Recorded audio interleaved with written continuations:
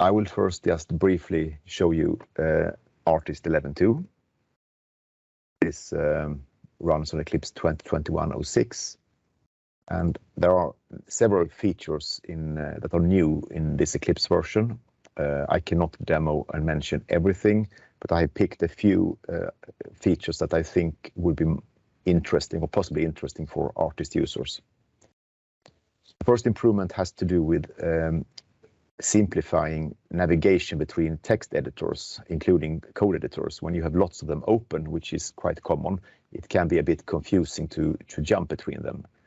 And Eclipse has had a feature called last edit location for a long time, but it has only been one step. So you have only been able to go back one step in history to the last place where you did a modification. Now they have enhanced that so that it is a full list instead, so you can have multiple edit locations and it's remembered in a sequence. So to show this, I can make some edits in these three code editors here. Maybe here we will put some comment here and another edit down here. And then suppose you are now in some completely different file and you want to return to those edits you made or the locations where those edits were made. In the navigate menu, you have this previous edit location and next edit location. Previously, there was just one command here called last edit location, and it had the keyboard shortcut Control Q.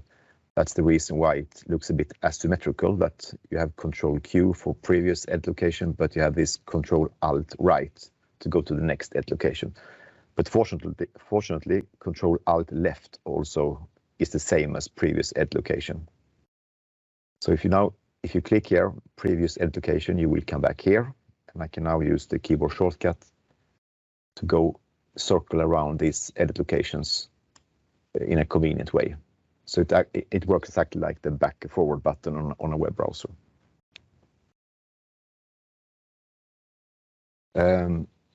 Then another improvement that you can take advantage of if you have a mouse with a scroll wheel is to ease your zoom in a horizontal direction. So if you have not enough space to see the whole file, you can press down the Shift key and scroll your mouse wheel to move it like that. Previously, you had to use the scroll bars always. That's also convenient in the console view, like here, which often contains quite long messages. Then you can just scroll like this to see them. But of course, we also have this option here to turn on word wrap. And in that case, everything will fit, but instead lines will be wrapped. And something that is new in this version is that now this status of this button is stored. So there is a new preference under Run Debug Console, where you have this Enable Word Wrap. So it means it's remembered. Even if you close Eclipse and open it again, it will be remembered. So if I turn this off now here, you will see that this button also goes back to the previous state. There were also some other improvements in the console. As you probably know, Eclipse doesn't support incremental search in these views here like it does in editors, but there is a way around that now. So if you do a search for some text like done here, for example, and you then close it here, then you can repeat the search by using Control K. It's also here in the context menu. So Control K moves to next occurrence. It's very much like incremental search works. And if you hold down Shift, then you go backwards in the backwards direction. There's also been lots of improvements into the terminal view. So terminal view is now better integrated with Eclipse, and you can use it in combination. So if you prefer to do some things from command line and some things from Eclipse, this is now much easier. You can open it here like before. And if you for example, in this folder here. Assume you want to open one of these files. You can now just hold down the Control key and click one of these file names.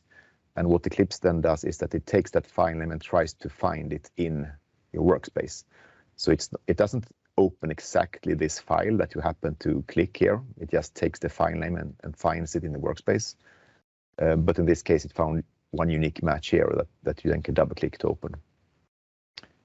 And it works the same for other, like web URIs can also be clicked like that to open them in a web browser. Sometimes some programs or systems that you connect require certain colors to be used in a terminal.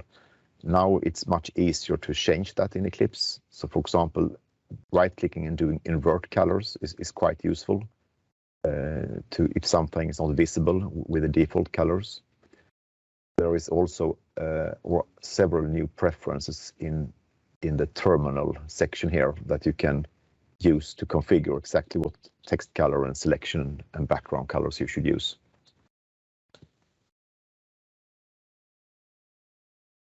And like I said, this was just a very brief overview of some of the biggest highlights, because as you understand, there are 4 Eclipse releases that are new compared to RTist 11.1.